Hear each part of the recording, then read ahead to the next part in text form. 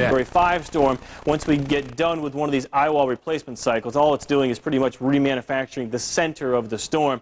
Pressure still amazingly low, and it's moving to the west-northwest at 8 miles per hour. Take a look at the storm. You can know here's Key West to the north here. Here's South Florida. This is the area we're concerned with. We're equally concerned with Cuba. But this black line shows the past path. We're continuing to the west and now more northwest.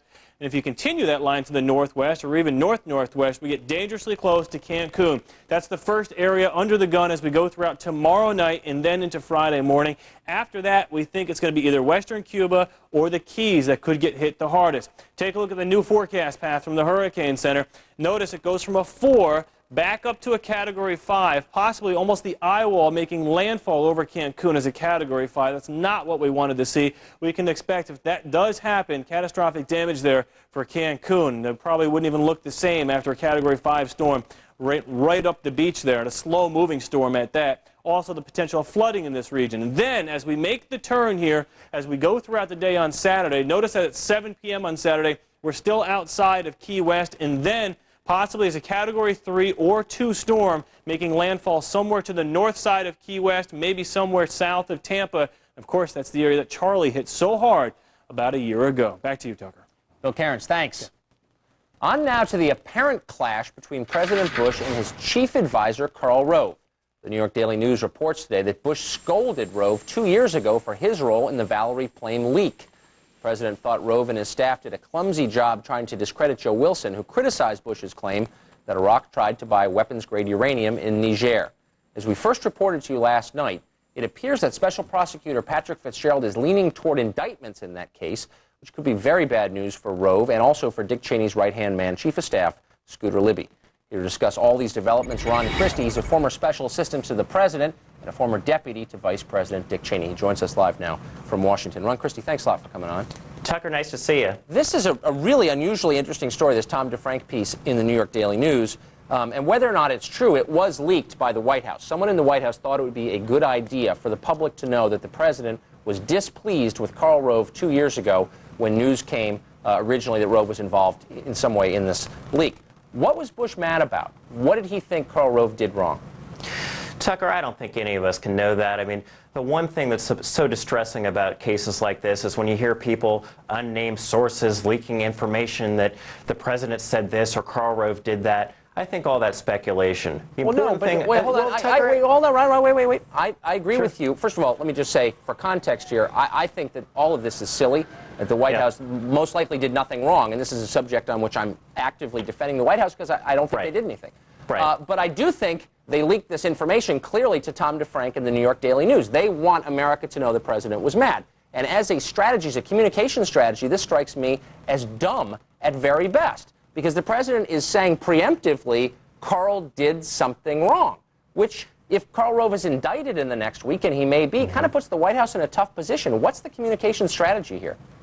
I think the communication strategy is what the president has said from the beginning, which the president looks forward to a successful completion of the special prosecutor's impanelment of the grand jury. And I think all of us, Republican, Democrat, conservative, liberal, want to understand what are the facts. And I think October 28th is coming. The special prosecutor has to return either indictments or he's not going to return indictments. But for folks to speculate and say the president's angry at Karl or he's not angry is ludicrous. Well, I can only talk about, Tucker, we can only talk about what we know. Okay, but we do know that the White House is putting this out. Again, this is not cable news punditry. This is not what so-called experts on television are telling you. We know that the White House is putting this out. It seems to me the president and his staff have two options if Karl Rove does wind up in trouble, or Scooter Libby for that matter, and I hope neither does. But if they do, they have two options at the White House. The first is to say we back these guys completely. They did nothing wrong. That's the right view in my opinion. The second is to say, you know what? What they did is unacceptable.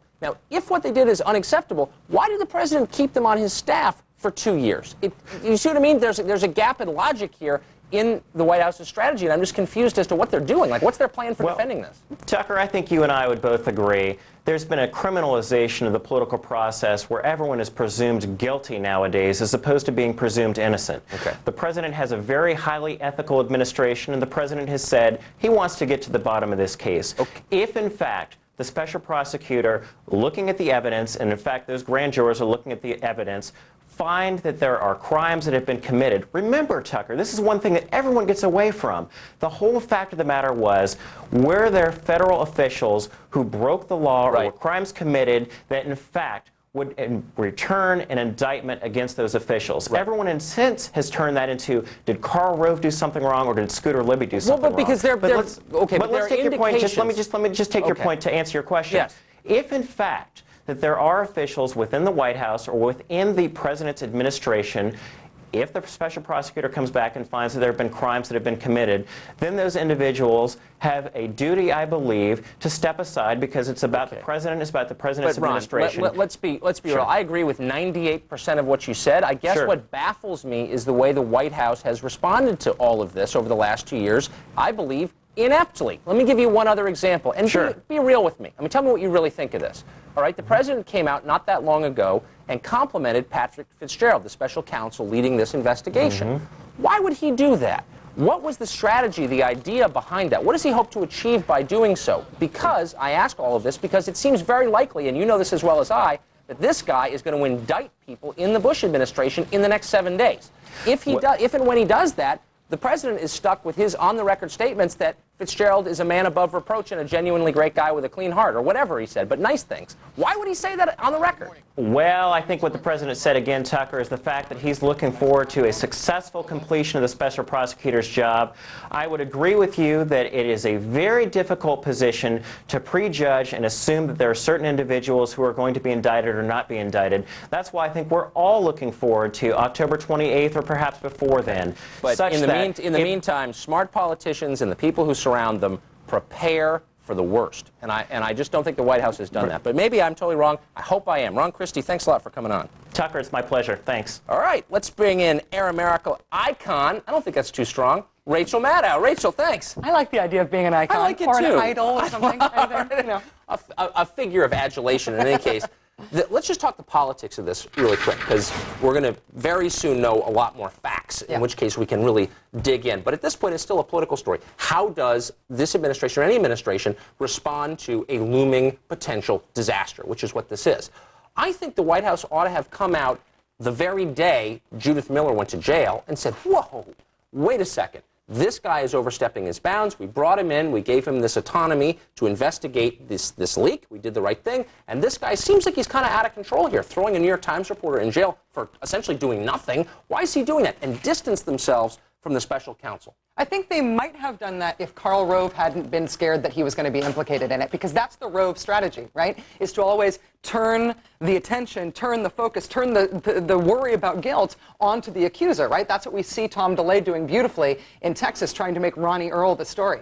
And I think they should have done that, though. That would have been the Rovian thing to do. But I think Rove was distracted because he's worried about going to jail. Well, actually, that's a smart point. He didn't want to antagonize the prosecutor for fear that he would be indicted as a result. But we learned from Clinton, I think, that being nice or being mean to a prosecutor kind of immaterial. These guys do what they're going to do for their own motives, which are on some level unknowable. So the best you can do is protect yourself politically, right? And the best way to protect yourself is to go right for the face as hard as you possibly can. Well, it worked for Clinton, and I think they had justification for doing it here. Well, I think it's true in terms of strategy. I think it's also wrong. It may be, but I just think the pure politics. No, I'm just pure politics. You pure absolutely, strategy. you're right. It may be immoral. But politics is above or possibly below morality most of the time, just as a political matter. As a political matter, they should have done what Karl Rove would usually do, which is go after the prosecutor. It would be wrong, and I think that it does run a risk, because in this case, there is a situation where the crime is easy to explain.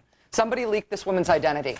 And that was the remit to the prosecutor. We want you to investigate somebody disclosing this woman's identity. It's very broad, very simple, hard to say he's now out of control for actually investigating that. On the other hand, though, the other strategic thing going on here, I'm glad you raised the issue about the White House seeming like it leaked this information that Bush was mad. What a dumb disinformation strategy. Well, they did leak. I mean, they did leak it.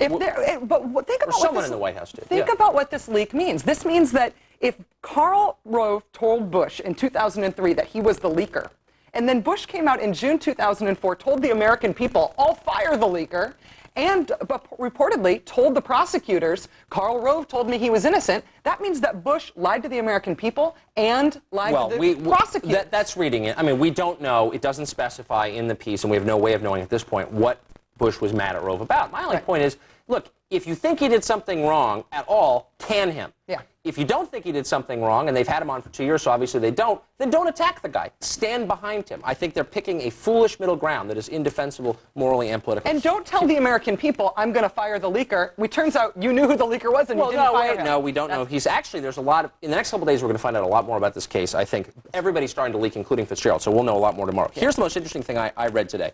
I was on michaelmoore.com today, as I always am. Just kidding. Flipping between but there and actually, my blog, right? right, exactly. Matto Online, Michael Huffington Moore. Post, Daily Kos, I was all over all of them. But on Michael Moore's blog today, there was a message from Cindy Sheehan, someone I've often criticized on the show for attacking the United States. Here, however, she does something pretty interesting. She says, quote, I don't think I can... I'm not going to vote for Hillary Clinton for president or support her at this point. I don't think she can speak out against the occupation because she supports it. I will not make the mistake of supporting another pro-war Democrat for president. I implore you, she says, Mrs. Clinton, to have the strength and courage to lead the fight for peace. Here's something principled that Cindy Sheehan is doing. Unlike so many liberals who blindly follow their leaders, even when their leaders support war, as so many Democrats did. Here's one saying, look, I'm against the war. You support the war, I'm not for you. Good for Cindy Sheehan. I mean, my feeling about politics is always that you vote your heart in the primary, you vote your head in the general election. And if the general election were upon us and Cindy Sheehan was taking this stand now, I probably would disagree with her. But this far out from the election, this far out from 2008, I think she's right. And I think that all Democrats should be pressuring the national leadership to come up with a strong anti-war platform. I mean, if the primary were held today, I would vote for Russ Feingold, because he's the most anti-war of all the viable candidates. So in that sense, I'm with Cindy Sheehan. On the other hand, the idea that it's Democrats that need to be held accountable for the war kind of misses the larger well, it's partly... Look, Bush led us to war. If President Bush had not been in office, we would not have invaded Iraq. Yeah. That's fair, right. And it's a denial of reality to pretend otherwise. However, he was aided and abetted in that by the leadership of the Democratic Party and many rank-and-file Democrats, such as Senator Evan Bayh, Joe Biden, Hillary Clinton, John Kerry, John Edwards, Dianne Feinstein, Joe Lieberman, Max Cleland, Tom Harkin, Mary Landrieu, John Breaux, Harry Reid, Chuck Schumer, Tom Daschle, Fritz Hollings, Dick Gephardt. Getting bored? I could go on. The point is, leading Democrats in this country were for the war. Tucker, the point is that being lied to and believing it when you're lied to is a different level of evil than actually telling the lie. Oh, wait a second. Giving him a pass, are we? No. I'm telling you, I would vote for Russ Feingold right now. I think the entire Democratic Party has something to account for having believed those lies, but they were lied to. But wait, the Congress has independent means of gathering information. They have intelligence committees up on the Hill. They do their own investigations.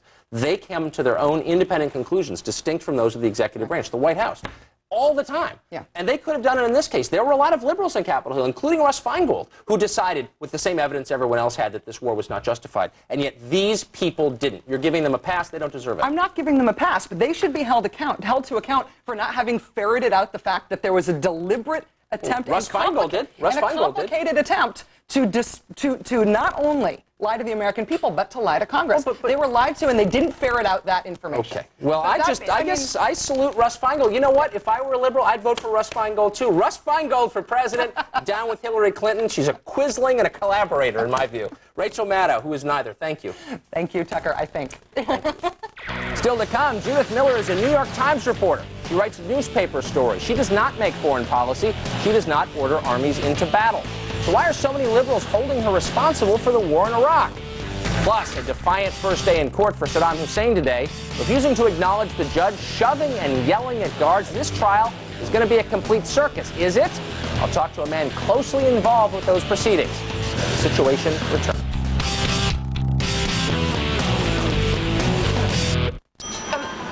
Do you have any I can't believe it's not butter?